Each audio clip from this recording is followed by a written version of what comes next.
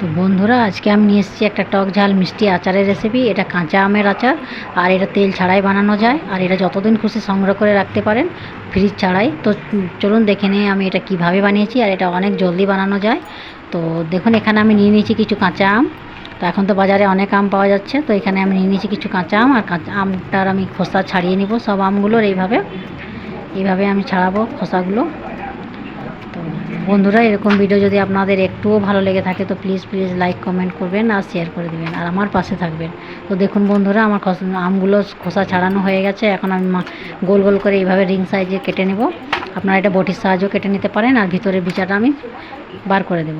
তো এইভাবেই আমি সব আমগুলো কেটে নেব। তো আমার সব আম কাটা হয়ে গেল। এখন আমি কড়ার মধ্যে একটু গরম জল বসিয়ে দেবো, আর সব আমগুলো দিয়ে দেবো। তার মধ্যে নুন দিয়ে দেবো, সামান্য একটু হলুদ দিয়ে দেবো। দিয়ে আমি এখন 10 মিনিটের জন্য এটা সিদ্ধ করে নেব।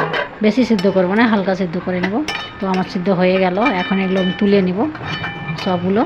আর সবগুলো তুলে নিয়ে তারপরে এখন আমি কড়াইয়ের মধ্যে আরেকটু সামান্য জল দিয়ে কিছু গুড় দিয়ে দেব, আর স্বাদ মতো চিনি দিয়ে দেব। আর এগুলোকে একটু আমি মেল্ট করে নেব।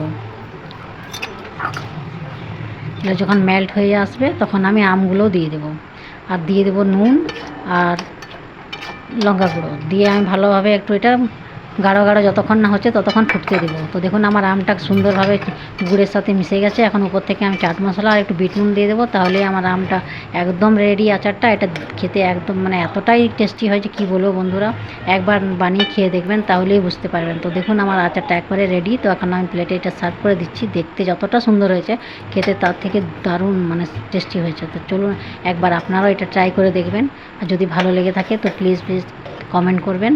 আর আজকের ভিডিও আমার এই পর্যন্তই ছিল। আবার দেখা হবে নেক্সট ভিডিওতে। বাই।